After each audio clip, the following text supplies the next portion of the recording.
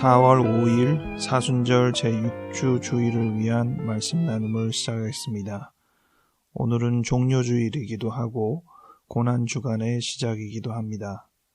오늘은 마태복음 21장 여러 부분과 이사야 50장 4절부터 7절 말씀을 가지고 박수칠 때 떠나라 라는 제목으로 말씀을 나누겠습니다. 2020년 표어는 새로운 경험, 행동 강령은 더 나은 본향을 향해 가는 나그네입니다. 2020년 기도문을 따라해 주시기 바랍니다. 우리를 새롭게 하시는 하나님을 찬양합니다. 우리가 경험하는 모든 일들이 주님의 계획과 섭리 안에 있음을 고백합니다. 놀라운 하루를 열어주소서. 우리가 맞이하겠습니다. 예수 이름으로 아멘.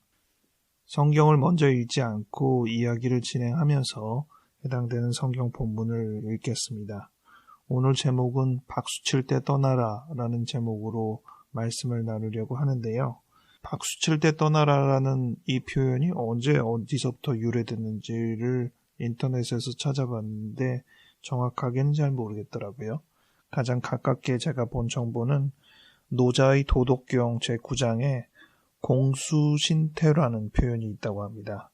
욕심은 화를 부르기 때문에 공을 이루려면 몸소 물러나는 것이 하늘의 뜻이다. 이러한 표현과 일맥상통한 표현이 되리라 생각합니다. 예수님이 성전 입성하실 때 호산나 환영을 받은 것은 가장 클라이막스처럼 보이긴 합니다.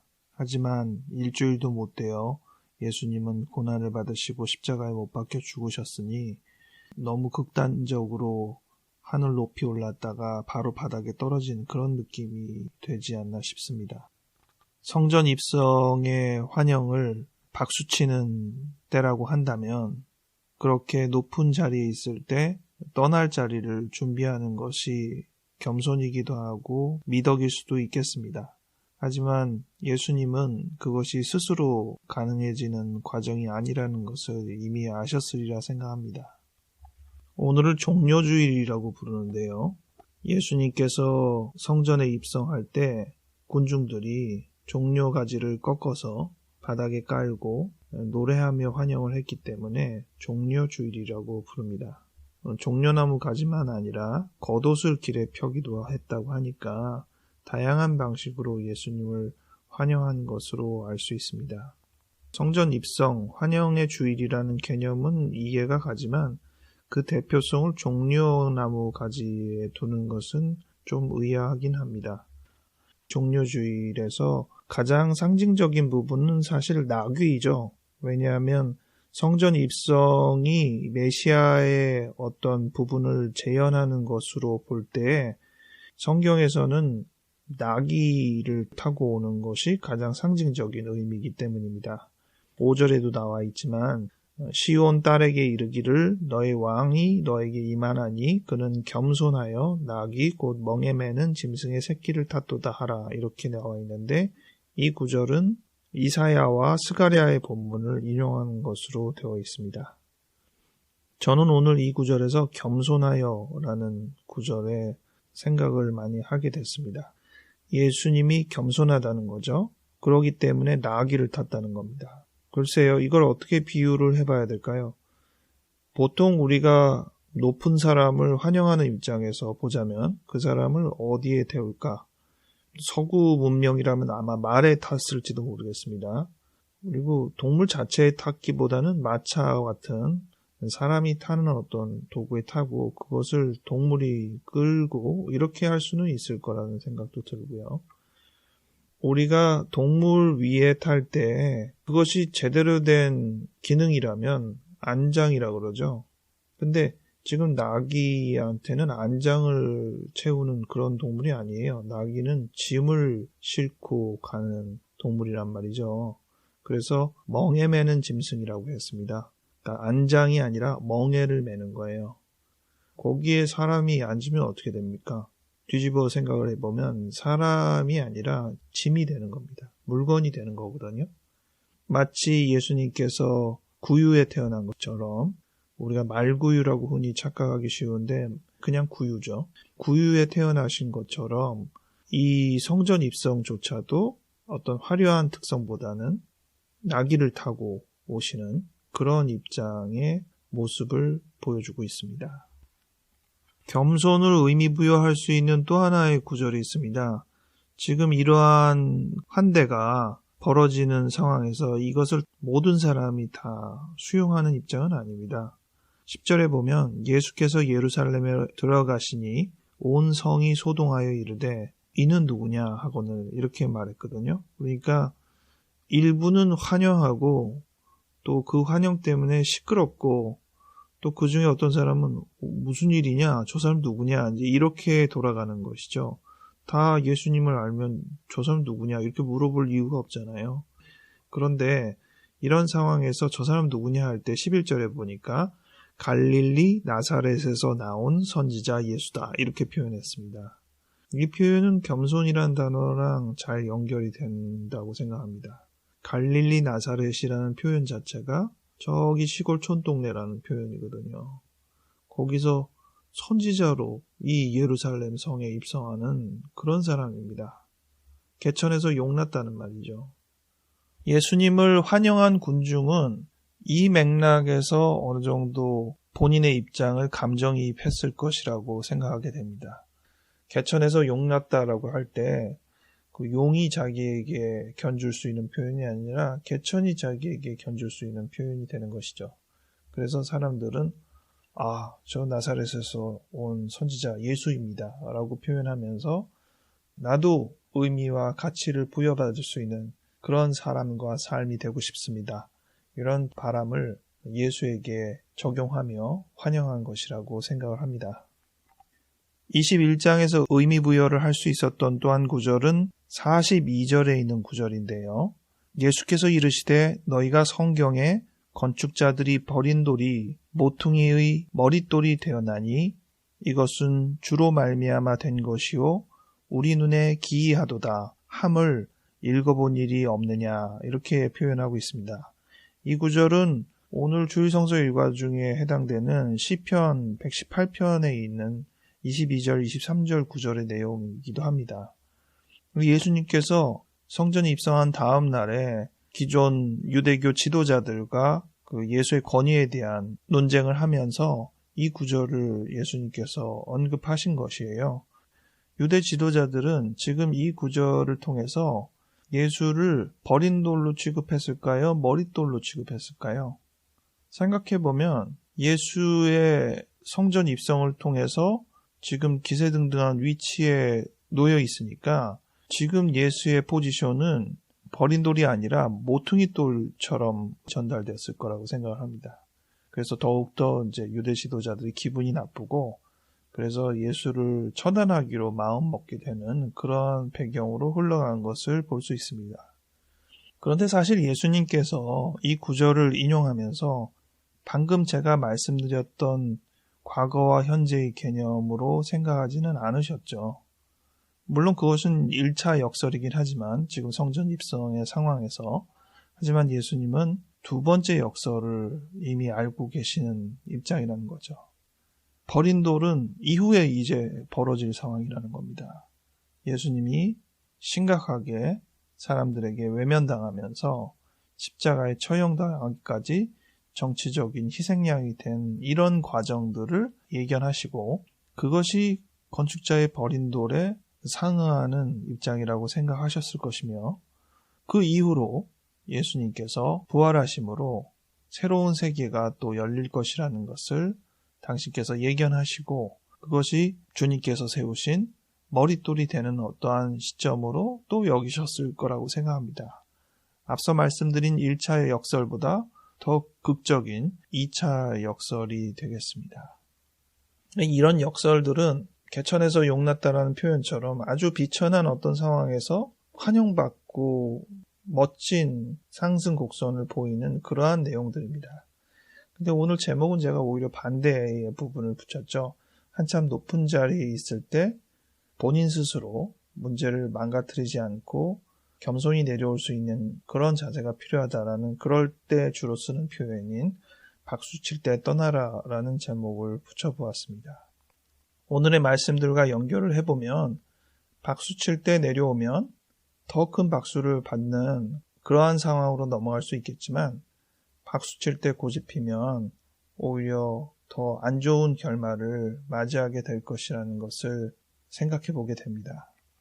우리의 인생에서 이러한 내리막길과 오르막길의 어떤 극적인 반전과 역설과 또 예상을 완전히 빗나가는 어떤 흐름들과 이런 경험들이 무수하게 많이 있기 때문에 그러한 경험들이 이 부분에 같이 대입되어서 우리 자신의 삶을 되돌아볼 수 있는 시간이 될 수 있으리라 생각합니다.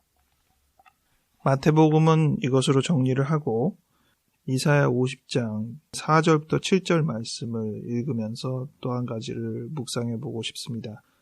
주 여호와께서 학자들의 혀를 내게 주사 나로 곤고한 자를 말로 어떻게 도와줄 줄 알게 하시고 아침마다 깨우치시되 나의 귀를 깨우치사 학자들같이 알아듣게 하시도다.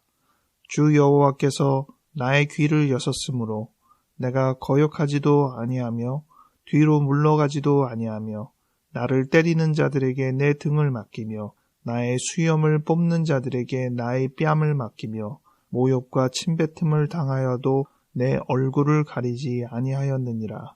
주 여호와께서 나를 도우심으로 내가 부끄러워하지 아니하고 내 얼굴을 부싯돌같이 굳게 하였으므로 내가 수치를 당하지 아니할 줄 아노라. 저는 오늘 이 말씀이 매우 인상적으로 다가왔습니다. 학자들의 혀, 학자들의 귀라는 표현이 나오는데요. 깨달음을 가진 귀와 입이라고 해야겠죠. 그 혀를 가지고 뭐 할 거냐? 곤고한 자를 말로 어떻게 도와줄 줄 알게 하신다는 겁니다. 요즘식으로 말하면 훌륭한 표현을 통해서 사람을 위로하고 격려하고 지혜를 준다는 것이겠죠. 우리가 상담을 통해서 이 역할을 할 수도 있고 전문적인 지식을 가지고 조언하고 건의하는 것을 통해서도 이러한 역할을 할 수 있을 거라고 생각을 합니다. 똑똑한, 유능한, 재능이 있는 그러한 말, 이것이 얼마나 귀중한지 두말하면 잔소리겠죠. 또 한 가지는 학자의 귀인데 이 귀는 알아듣는 것에 대한 능력인 거죠. 매번 보고 듣는 것들이 똑같은데도 불구하고 어떤 사람은 그것을 통해서 깨우침이 크잖아요. 그것이 이제 학자의 귀라고 해야겠죠. 진지하게 듣고 놓치지 않고 듣고 핵심을 잘 파악하고 이 학자의 귀가 어떠한 자세를 보여줬는지가 이 6절부터 이어지는 내용인데요. 학자의 귀를 가지게 됐기 때문에 자기가 벗어나지 않고 거역하지 않고 누가 나를 때리면 누가 내 수염을 뽑으면 내 뺨을 때리면 모욕하고 침을 뱉으면 그냥 그것을 그대로 기꺼이 맞이한다는 겁니다. 왜? 학자의 귀를 가졌기 때문에. 이게 참 신기하지 않습니까? 주 여호와께서 나를 도우시기 때문에 부끄러워하지 않고 내 얼굴을 부싯돌같이 굳게 하셨기 때문에 내가 수치를 다 안 당한다는 겁니다. 처음에는 이게 무슨 말인가 싶을 정도로 좀 의아하긴 했는데 보면 볼수록 새삼 느끼고 학자의 귀를 가지면 좋겠다라는 기대를 갖게 합니다. 그러한 여러 가지 인생의 경험이 자기에게 무언가 깨우침을 준다는 것이잖아요. 고통 속에서, 위기 속에서 하나님을 발견한다는 것이거든요. 그래서 내가 그것을 거부하지 않고 기꺼이 맞이하겠다라는 이 태도, 정말 능력 있는 그러한 자세라는 생각이 들어서 이런 수용 자세, 이것을 어떻게 우리가 가질 수 있을까? 사뭇 궁금하고 기대하게 되는 부분이었습니다. 오늘의 말씀, 마태복음과 이사야 말씀을 다시 한번 생각해 보시면서 예수님이 성전에 입성하신 종료주일과 일주일의 고난주간을 떠올려 보며 얼마나 극단적인 높이에서 또 극단적인 하강을 보였는지를 우리가 잘 아니까 이러한 인생의 경험들을 되돌아보며 이번 한 주 동안 예수님이 이 고난을 왜 당하셨나? 기꺼이 이 고난을 당하시면서 인간에 대해서 어떤 것을 깨달으시게 되셨나? 예수님은 어떤 학자의 귀를 가지셨나? 이러한 부분에 마음을 같이 모으며 새롭게 깨닫게 되는 것이 있으면 우리 마음에 깊이 새기는 그러한 일주일이 되기를 바랍니다. 기도하겠습니다. 하나님, 코로나 바이러스 여파로 전 세계가 어수선하고 위기에 있는 상황 속에서 예수님의 종려주일과 고난주일과 부활주일을 맞이하게 되었습니다. 하나님을 받아들이 예수 그리스도의 삶을 살기로 작정한 한 사람 한 사람들이 모인 이 교회가 과연 어떠한 역할을 감당해야 하는지 생각해 볼 수 있는 이 기간, 학자의 귀를 가질 수 있게 도와주시옵소서. 우리가 어떤 것을 감당해야 하는지 주님 알려주시옵소서. 학자의 혀를 우리에게 허락하여 주시옵소서. 많은 이들이 고통 속에 머물러 있고 위로를 받고자 합니다.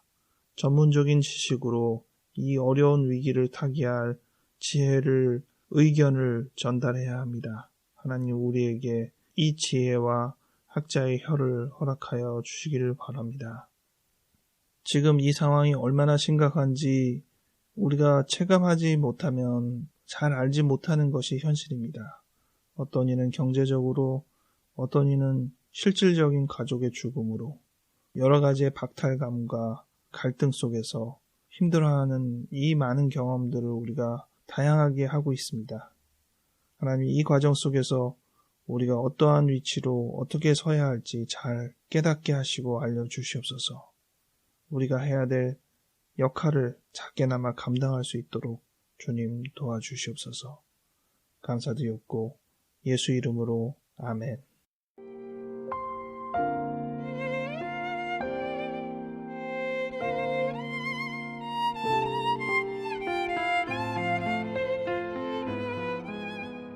벚꽃이 한창이라서 사람들이 나들이 하는 것까지는 좋은데 거리두기를 무시한 채로 사람들이 모여서 우려스러운 부분들을 나타내기도 하고 있습니다.